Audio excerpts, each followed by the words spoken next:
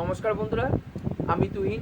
তা এখন কথা বলবো অ্যানিমেলের টিজার নিয়ে। তা সকালবেলা 10টার সময় ইউটিউবে ড্রপ করা হয়েছে এই টিজারটি। তা কেমন কি লাগলো এই টিজারটি? এক কথা বলতে গেলে টিজারটি জাস্ট ব্যাপক ব্যাপক ব্যাপক লেগেছে আমার, এক কথায় বলতে গেলে।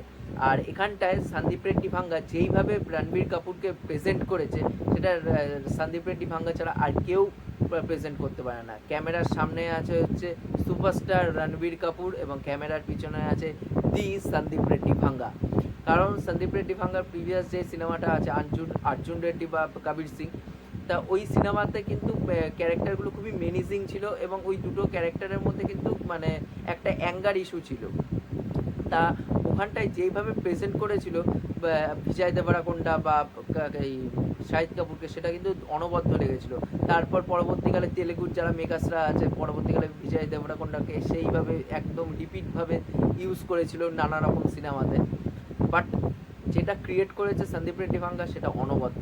এখানেও কিন্তু রণবীর কাপুরকে জাস্ট ফাটাফাটি লাগছে আমাকে, ফাটাফাটি। এখানটায় যেইভাবে তার যে একটা পাগাল পান, সেটা কিন্তু পুরো টিজার জুড়ে কিন্তু দেখা যাচ্ছে, সেটা কিন্তু দেখতে কোথাও না কোথাও ভালো লাগছে। প্রথমেই দেখানো হচ্ছে যে টিজারে একদম প্রথমে রাশ্মিকা মান্দানা এবং রণবীর কাপুর তারা দুজন কথোপকথন করছেন। হুট করে রণবীর কাপুরকে সে জিজ্ঞেস করে রাশ্মিকা যে তোমার বাবার সম্বন্ধে কিছু বলো। তখন বাবার সম্বন্ধে যখনই সে বলতে যাবে, তখনই তার মুখের মধ্যে একটা এক্সপ্রেশনের মধ্যে একটা মানে রাগ, একটা অ্যাঙ্গার, সেটা কিন্তু ফুটে উঠছে। তখন সে বলে যে তুমি আমাকে অন্য কিছু ব্যাপারে, আমি পর্ন দেখি কিনা, কোনো মেয়ে ঝুঁকে থাকলে তার ক্লিভেজ দেখি কিনা, সেগুলো না আমি বলবো, সেগুলো আমি অনেস্টির সাথে বলবো। বাট আমার বাবার সম্বন্ধে কিছু জিজ্ঞেস করো না, কারণ আমার বাবা হচ্ছে গ্রেট। আমার বাবাকে আমি সুপার হিরোর মতন একজন পুজো করি।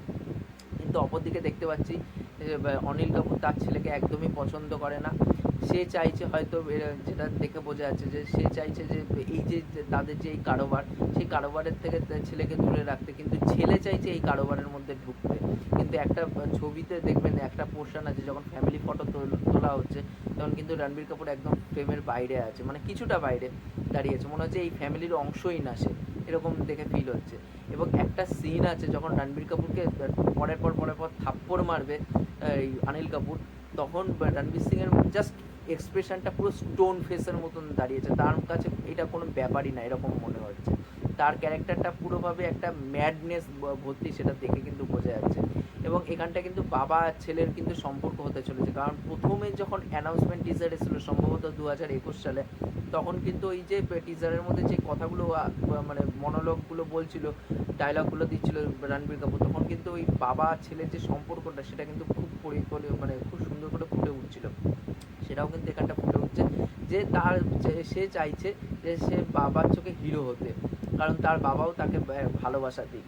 কিন্তু সে বুঝতে পারছে না তার বাবাও হয়তো তাকে ভালোবাসে, এটা হয়তো সিনেমা দেখলে আরও ভালো করে আমরা বুঝতে পারবো। বাট যেইটুকুনি দেখে মনে হচ্ছে যে বাবা হয়তো ছেলেকে ভালোবাসে, বাট ছেলে চাইছে যে বাবার মতনই হতে, কিন্তু বাবা চাইছে না সে যেন আমার মতন হোক। এটাই হতে পারে সিনেমার কনফ্লিক্ট। এবং তার মাঝখানে এই যে হিরো ভিলেনের যে টাসেলটা, সেটা আমরা পুরো সিনেমা জুড়ে দেখতে পারবো। এবং লাস্টে গিয়ে যখন ববি দেওয়ালকে দেখানো হচ্ছে না, সেটা দুর্দান্ত লাগছে। তার সারা গায়ে পুরো আঁচড় মাচড়ের দাগ, মুখের রক্ত হালকা ছিটে ফোটা, এবং একটা দরজার নক করছে, এবং দরজা যখন খুলছে ছুরি দিয়ে দুইজনকে হাত করে ইশারা করে ভিতরে ঢুকতে বলছে। আমার যা মনে হয় ভিতরে কাউকে হয়তো খুন করছিল। এবার যারা ভিতরে এসে নক করছিল, হয়তো হতে পারে তারা ওই বডিটাকে ঠিকানা লাগানোর জন্য হয়তো নির্দেশ দিচ্ছে, আমার যেটা মনে হয়। এবং এই ক্যারেক্টারটা কিন্তু খুবই ম্যাডনেস হতে চলে, কারণ যেমন হিরো ম্যাড, সেইভাবে কিন্তু ভিলেনটাকেও ম্যাডভাবেই তৈরি করা হয়েছে। সেটা কিন্তু খুব দুর্দান্ত লাগছে। একটা পোস্টার যখন ববি দেওয়াল ছাড়া হয়েছিল যে অ্যানিম্যাল কা এনিমি, সেটা কিন্তু খুবই দুর্দান্ত লাগছে। সারা মুখে রক্ত লেগে আছে, মুখে করতে বলছে, সেটা কিন্তু দুর্দান্ত লাগছে। মনে হচ্ছে যে কাউকে হয়তো টর্চার করছে, কিন্তু তাকে চিল্লাতে বারণ করছে, সেটা দেখে মনে হচ্ছিল। বাট এখানটা কিন্তু লাস্টে গিয়ে ববি দেওয়াল পুরো নজরটা কেড়ে নেয়। তার ক্যারেক্টারটাও হয়তো ভালো হবে সিনেমার মধ্যে। আমি তার ক্যারেক্টার সিনেমা দেখার জন্য খুবই ভালো হয়, মানে খুব অধীর আগ্রহে বসে আছি। এবং এই সিনেমার যে লুক অ্যান্ড ফিল, সেটা কিন্তু খুবই রয়্যাল একটা লুক অ্যান্ড ফিল দেওয়া হয়েছে, যেটা পোস্টারের ক্ষেত্রেও দেখবেন যে আইকনগুলো রাখা হয়েছে, সেই আইকনের মধ্যে একটা রয়্যাল একটা ফিল কিন্তু আপনি পাবেন। সেটা কিন্তু এখানটাও খুব সুন্দর করে দেখা যাচ্ছে।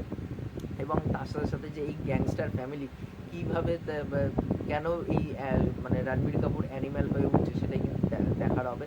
আমার ওভারঅল টিজারটা দুর্দান্ত লেগেছে। এখানটায় যে বিজিএমের কাজটা জাস্ট ফাটাফাটি হয়েছে। এখানটা একটা জিনিস দেখানো হচ্ছে, একটা সম্ভবত বন্দুক দেখানো হচ্ছে, এই বন্দুকটা জাস্ট একটা ওই রাউন্ডটা দেখানো হচ্ছে, বাট যখন গুলিটা করা হচ্ছে তখন কিন্তু আমরা অপর দিকের যারা লোক আছে তাদের এক্সপ্রেশনটা শুনতে মানে দেখতে পাচ্ছি, আর বন্দুকের আওয়াজটা আমরা শুনতে পাচ্ছি, যে মেশিন গানটা চলছে সেই মেশিন গানের আওয়াজটা শুনতে পাচ্ছি। তাহলে ভাবুন ব্রুটালিটিটা কীভাবে থাকবে। এবং এখানটা একটা জিনিস আমরা খুব ভালো লাগলো, একটা রণবীর কাপুর শুয়ে আছে এবং চারপাশ দিয়ে দুই সাইড দিয়ে পুরো লাশগুলো বিছানো এবং নিচের হাজারো একটা বুলেটস পড়ে আছে এবং সিগারেটের বাক্সগুলো পড়ে আছে, সেগুলো কিন্তু খুব দুর্দান্ত লাগছে। হয়তো হতে পারে রণবীর কাপুর হয়তো চেন স্মোকার এই বইতে, তার কাছে একটা ক্যাজুয়াল একটা ব্যাপার। যখন এই টিজারটা বেরিয়েছিল তখনও কিন্তু দেখবেন যখন অ্যাকশন করতে যাচ্ছে রণবীর কাপুর কিন্তু সিগারেট মুখে নিয়ে কিন্তু অ্যাকশন করতে যাচ্ছে। বাট দুটো পোস্টার যেটা বেরিয়েছিল, যেটা 31 ডিসেম্বরের সময় একটা পোস্টার এসেছিল যে কুঠারটা হাতে নিয়ে দাঁড়িয়ে আছে, মুঘলের তলায় দাঁড়িয়ে আছে এবং সারা মুখে গায়ে রক্তের ছিটে ফোটা, এবং তখনও সে সিগারেট ধরাচ্ছে, এবং যেটা কিছুদিন আগে পোস্টারটা লঞ্চ করা হলো সেটাও কিন্তু দেখবেন যে সে একটা সিগারেটই কিন্তু ধরাচ্ছে। হতে পারে সে সিগারেট খেতে খেতেই খুব ক্যাজুয়ালি জিনিসপত্র নেয়, ক্যাজুয়ালিভাবে সে মারে। খুবই দুর্দান্ত লাগছে রণবীর কাপুরকে এখানটায় দেখতে, এবং তার সাথে সাথে ববি দেওয়ালটাও খুব সুন্দর লাগছে। তার ক্যারেক্টারটাও ম্যাডনেস হতে চলেছে, হয়তো হতে পারে সেও যখন এই মার্ডারগুলো করে তার মধ্যে একটা আলাদা একটা মজা খুঁজে পায়। দুটো ক্যারেক্টারই পাগল, এবার দেখা যাক দুই পাগলের লড়াই কীভাবে আমরা স্ক্রিনে দেখতে পারি। এবং সন্দীপ রেড্ডি ভাঙ্গাল যখন বলেছিল অনুপমা চোপড়ারে যে এই যে কবির সিং দেখে সবাই বলছে যে ব্রুটালিটি ভালগারিটি সিনেমার মধ্যে ভর্তি, এবার আমি দেখাবো যে আসল ব্রুটালিটি আসল ভালগারিটি কাকে বলে। আমি এই সিনেমাটা দেখার জন্য অধীর আগ্রহে বসে আছি। আপনারা এই সিনেমাটিকে নিয়ে কতটা কি এক্সাইটেড আছেন সেটা নিচে অবশ্যই কমেন্ট করে জানান, এবং এই ভিডিওটি ভালো লাগলে অবশ্যই লাইক করুন, শেয়ার করুন, সাবস্ক্রাইব করুন এবং বেল আইকনটা টিপে অল করে দিন, তাহলে সব নোটিফিকেশন আপনারা পেয়ে যাবেন। আর আপনারা যদি আমার চ্যানেলে নতুন হন তাহলে অবশ্যই আমার চ্যানেলটি সাবস্ক্রাইব করে দিয়ে যাবেন, তাহলে মোটিভেশন পাবো আগে নতুন নতুন ভিডিও বানানোর জন্য। এখনকারের মতন টাটা, বাই বাই।